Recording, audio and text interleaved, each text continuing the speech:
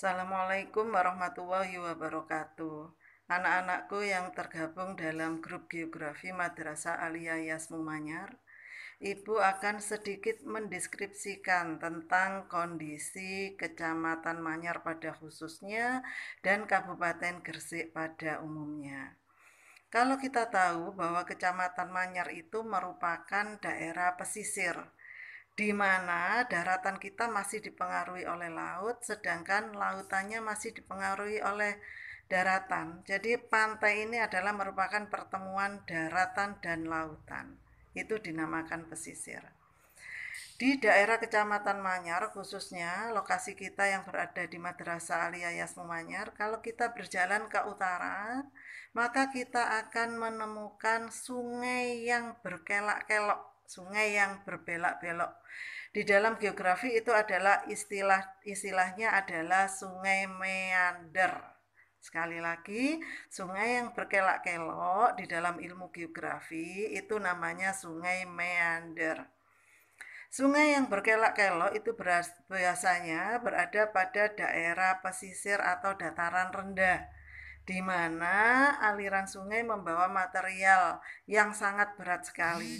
Kita tahu bahwa sungai itu terdiri dari yang atas itu adalah sungai bagian hulu, penampang melintangnya adalah V, karena curam, maka dia dalam pengaliran pembawaan material itu sangat cepat sekali, sehingga penampang melintangnya berbentuk V.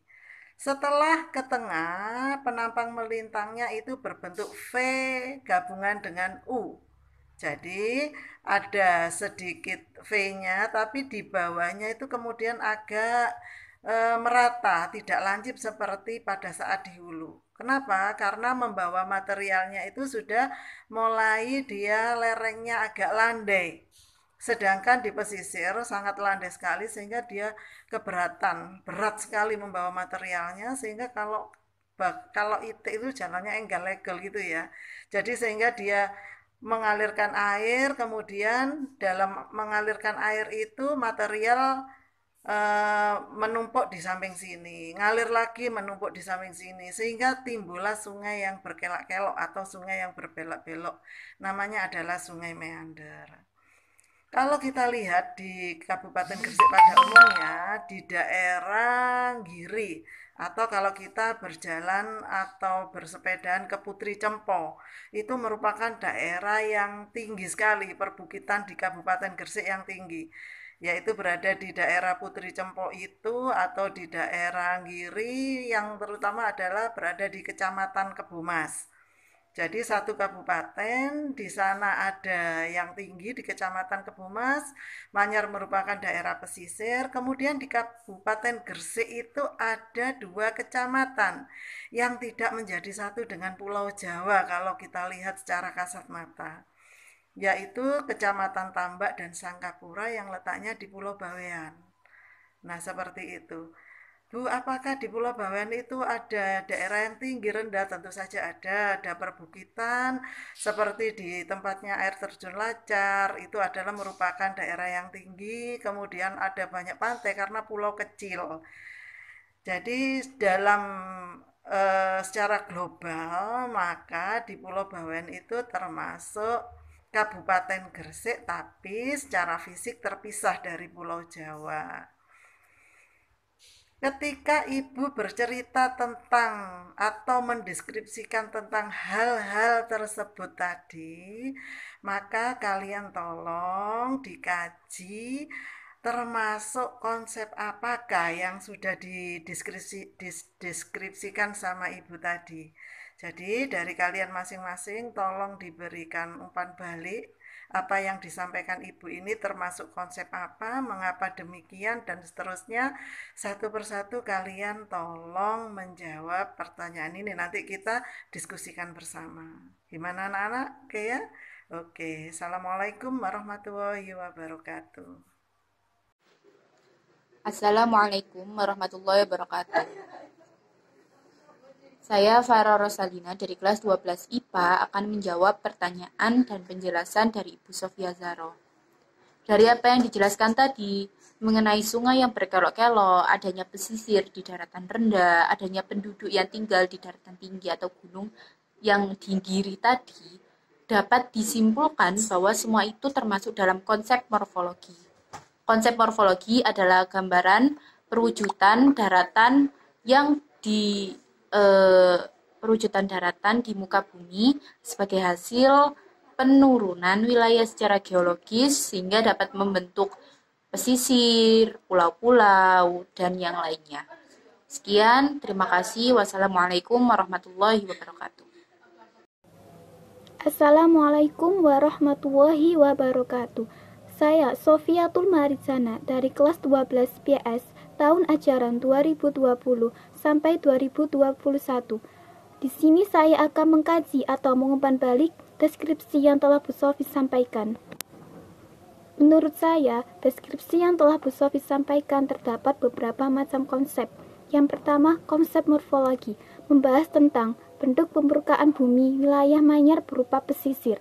Yang kedua, konsep pola. Sungai yang berkelok-kelok atau meander termasuk ke dalam konsep pola aliran sungai. Pola aliran sungai adalah bentuk aliran sungai yang dipengaruhi oleh pola aturan, baik dari struktur berbatuan maupun morfologi alami sungai. Dan deskripsi tentang pulau bawean termasuk ke dalam konsep jarak.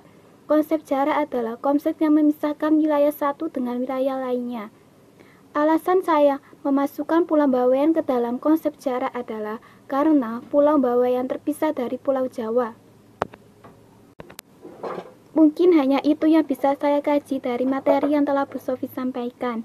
Saya akhiri. Wassalamualaikum warahmatullahi wabarakatuh. Berdasarkan deskripsi yang dijelaskan sebelumnya mengenai kondisi Kecamatan Manyar dan Kabupaten Gresik, menurut argumentasi saya, itu merupakan konsep morfologi. Konsep morfologi merupakan konsep yang menjelaskan mengenai struktur luar batu-batuan yang menyusun bentuk morfologi permukaan bumi. Contoh yang dapat diambil dari deskripsi tersebut adalah Kecamatan Manyar yang merupakan daerah pesisir, daerah Giri di Putri Cempo yang merupakan daerah perbukitan, kemudian dua kecamatan dari Kabupaten Gresik yang terpisah dari Pulau Jawa, yaitu Kecamatan Tambak dan Sangkapura di Bawean, yang daerah tersebut merupakan daerah pesisir dan perbukitan. Hanya itu argumentasi yang dapat saya sampaikan. Wassalamualaikum warahmatullahi wabarakatuh. Assalamualaikum warahmatullahi wabarakatuh. Saya Siti Fatimah dari kelas 12 IPS pada tahun ajaran 2020 sampai 2021 mengkaji video dari Bu Sofi bahwa yang dijelaskan Bu Sofi merupakan konsep morfologi.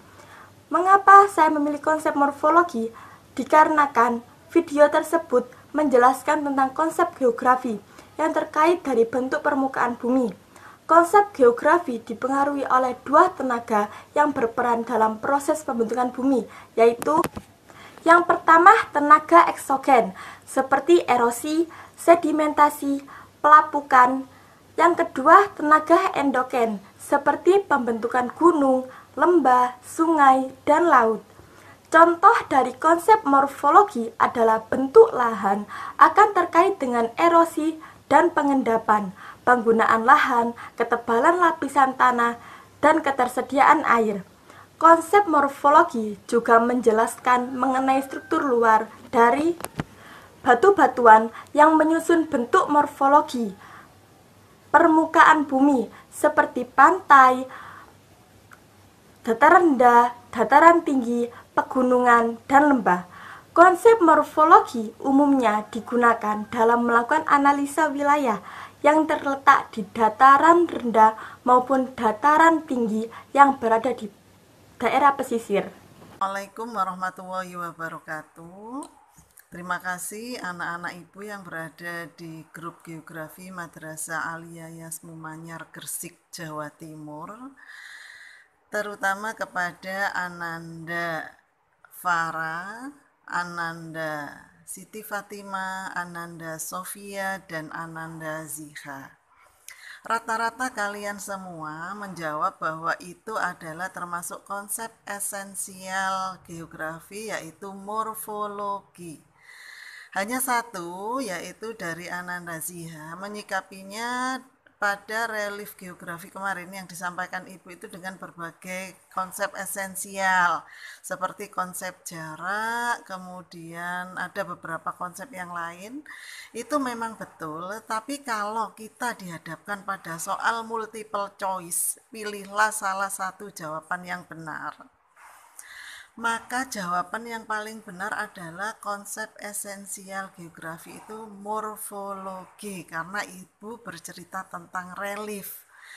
Ada bukit, perbukitan, ada pulau, ada pesisir. Nah, itu semua menceritakan tentang konsep morfologi. Jadi, rata-rata kalian semuanya menjawab betul.